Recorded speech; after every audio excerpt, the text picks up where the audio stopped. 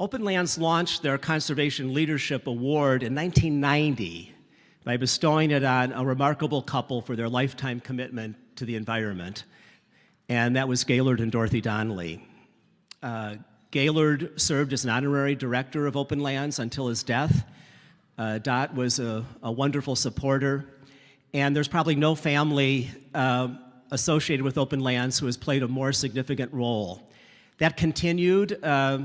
Strawn Donnelly, their son, philosopher, founded the Center for Humans and Nature and worked very closely with Openlands as he was figuring out just what that would be, an organization that would help those of us on the ground in the front lines doing conservation work understand the philosophical and ethical implications. Other members of the extended family worked closely with us. Gaylord was a great advocate for the Illinois-Michigan Canal. His niece Barbie Donnelly worked closely with him and us developing the Gaylord building, which was an anchor in the Heritage Corridor, and so many other individual members of the family continue to be great supporters and advocates. But probably one of the most dramatic connections that has continued with the Donnelly family is through the Gaylord and Dorothy Donnelly Foundation. Their commitment to conservation and thriving arts is here in the Chicago region, but also in the low country of South Carolina. And Laura Donnelly is the chair of the foundation. Laura is a passionate advocate for the arts, a committed conservationist. I count her as a dear friend. And she came here all the way from Los Angeles specifically to be with us today to present the Openlands 2013 Conservation Leadership Award. So please join me in welcoming Laura Donnelly. Please. Well, I don't know, maybe if we sent Jerry to Washington, he could get something done. I want to say that I can bet a good proportion of the people in this room, in their first conversation with Jerry Edelman, just said yes, because that's what you do. It's very hard to say no to Jerry. And I am so appreciative to be able to celebrate and honor Openlands for its 50 years. I am joined by the entire staff of the foundation and board members who are present in honoring Judith. But I also just want to say, because Jerry really touched on a very powerful sense of family, mission and legacy, and that is that we are, as a family, in it together for the long run. All the kinds of things that Jerry was talking about that Openlands does, we have been in lockstep with them all along the way. And I do say today, I am sorry that my brother Elliot is not able to be with us, and I am going to say that I know in spirit my brother Strawn is here, because he cared so passionately about all the work that you do. So that's what I have to say.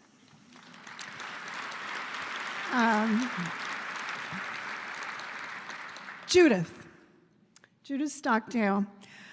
I know there's a big biography in your book, and you can read all about it. There are a couple of pieces that are missing I wanted to let you know about. She arrived from England. Yes, she is or was English.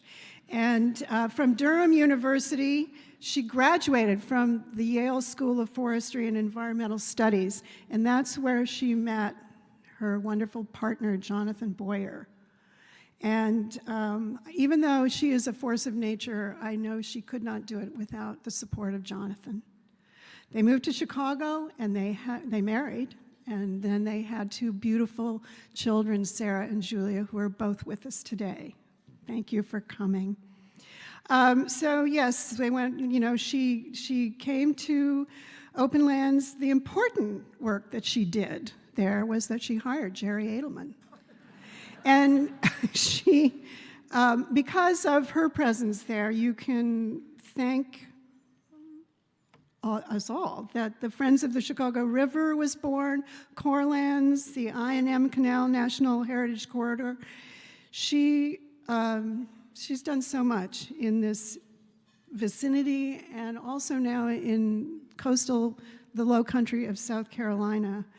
She began early to focus on the Calumet region, and I know there are many big players today who have now joined into a wonderful consortium of voices in the Calumet, and really she and the staff of the foundation laid so much groundwork for that, and we are grateful for that.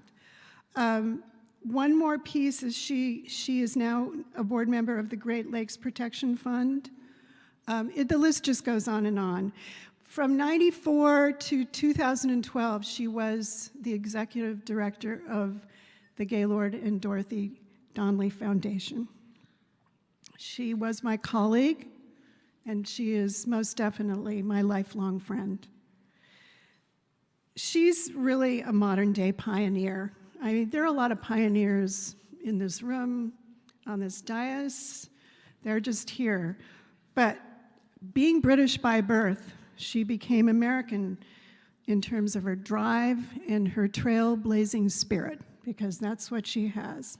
She's a fierce protector of our most threatened resources, our land and waters, and the voices of small art communities. And I don't know if you know this, but it's important to have the big museums. It's very important.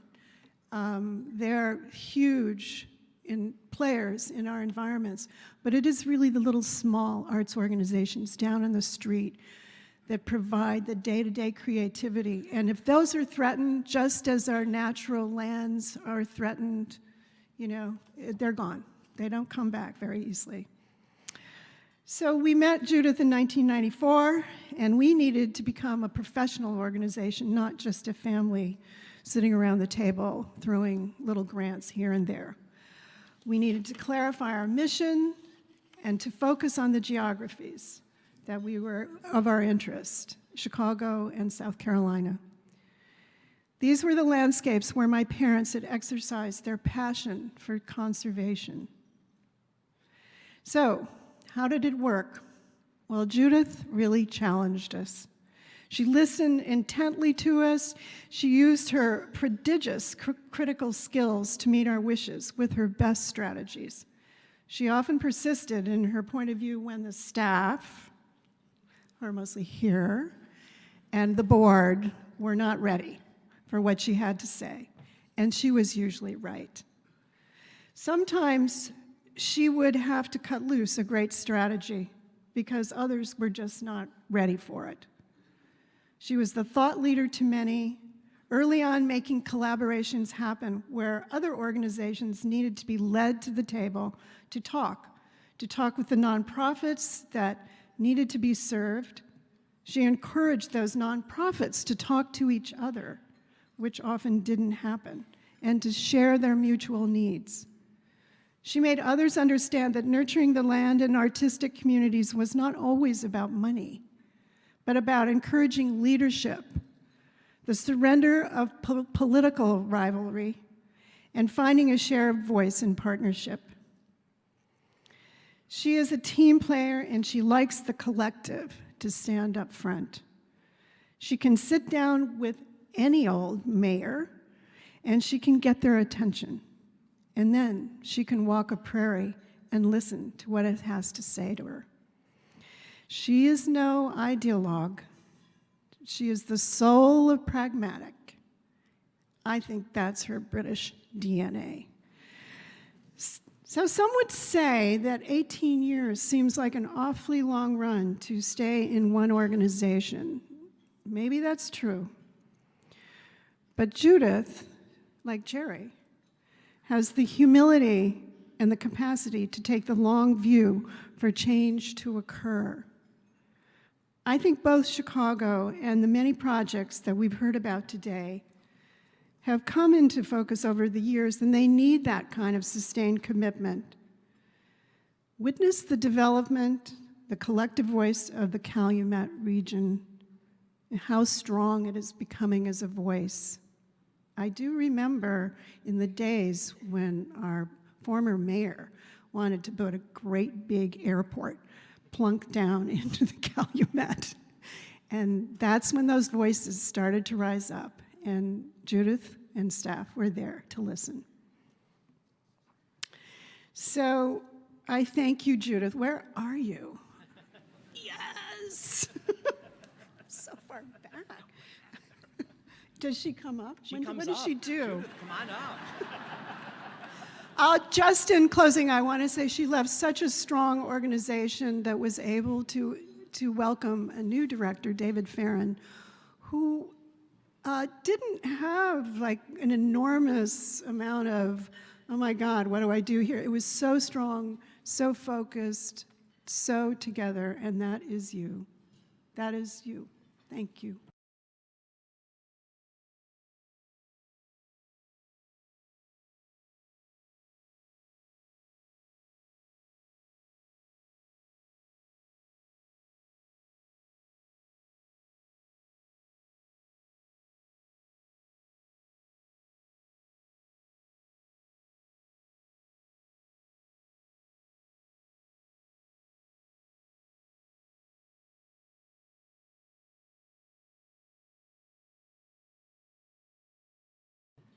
So, let's present Judith.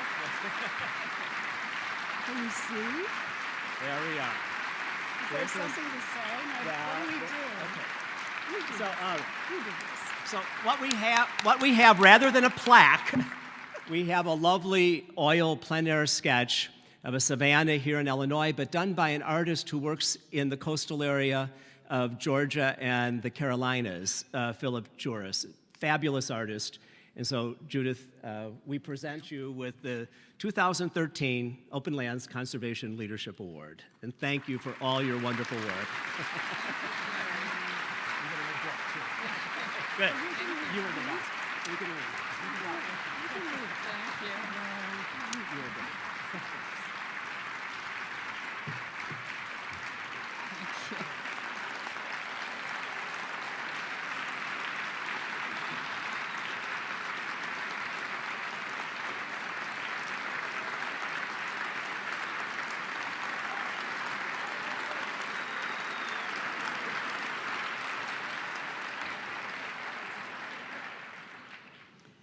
Thank you, Laura, for that very generous introduction.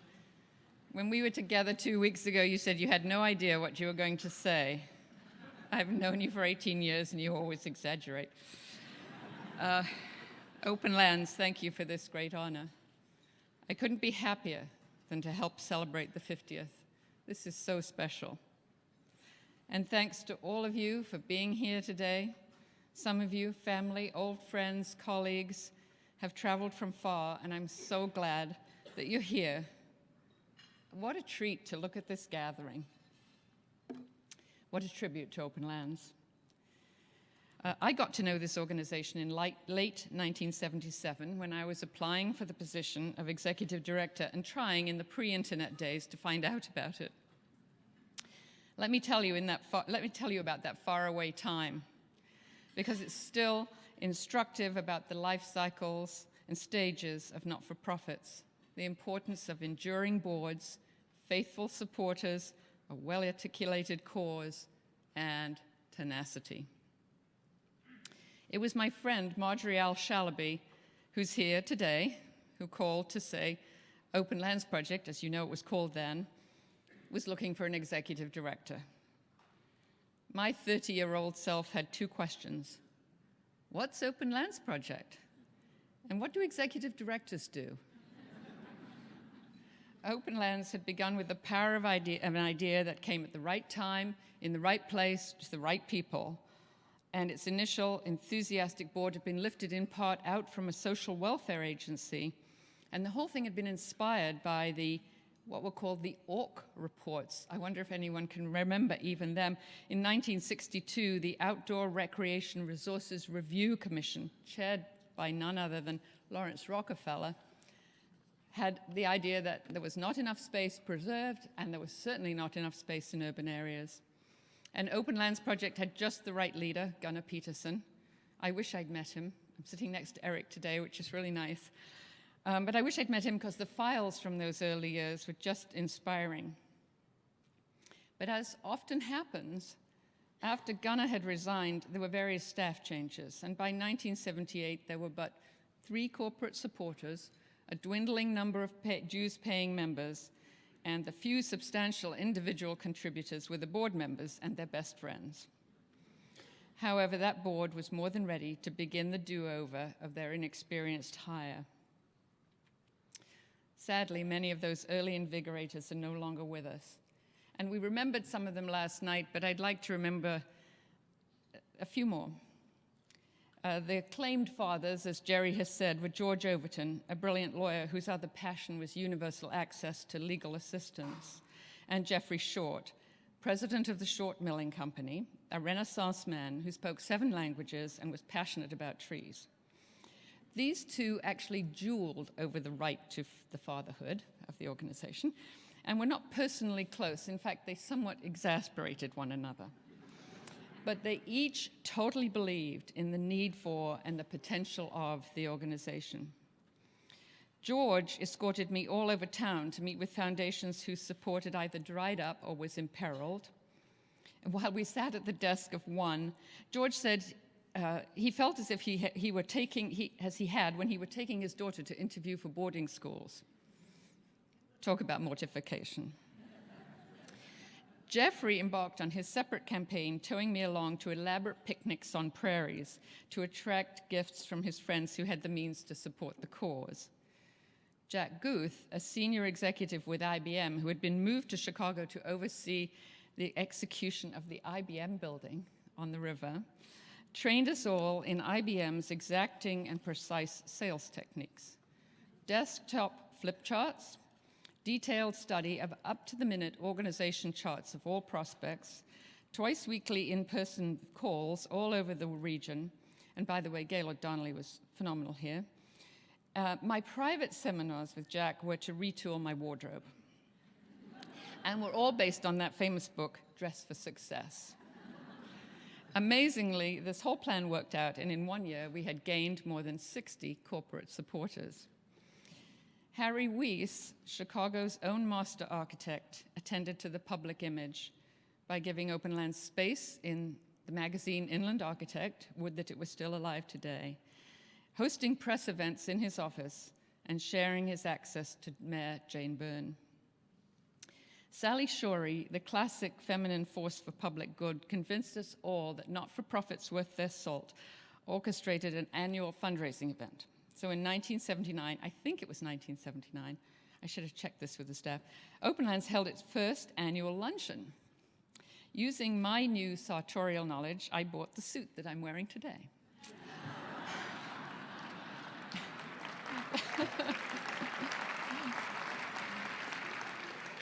30 people attended. I want to say, Sally, aren't you stunned and thrilled by this? And there are others from that early board who are still around today, and you know who you are. I've not forgotten your help. But my point is that everyone stepped up to create an executive director and staff, to build an organization, and to nurture that critical staff-board partnership so hard to forge and so easily broken. And of course, Openlands has grown and matured. You've heard all about that under successive boards and Jerry's inexhaustible energy.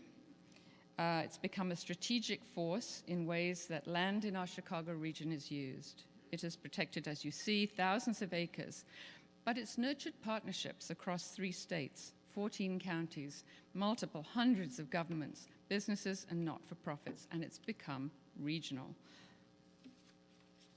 It has shown us that rivers and prairies, wetlands and forests transcend cities and villages, town and country, gardens and farms. So my question for closing is the future. What is the future for Openlands? And I think it's focused very much on the land and the nature, but it now must bring forward those who live in this region, very few of whom are bird watchers, tree lovers, or plant identifiers. In being more people-focused, Openlands will connect the communities in our region to one another and develop understanding of the imperative for our survival, our natural legacy, the land on which we live, the place where we were born.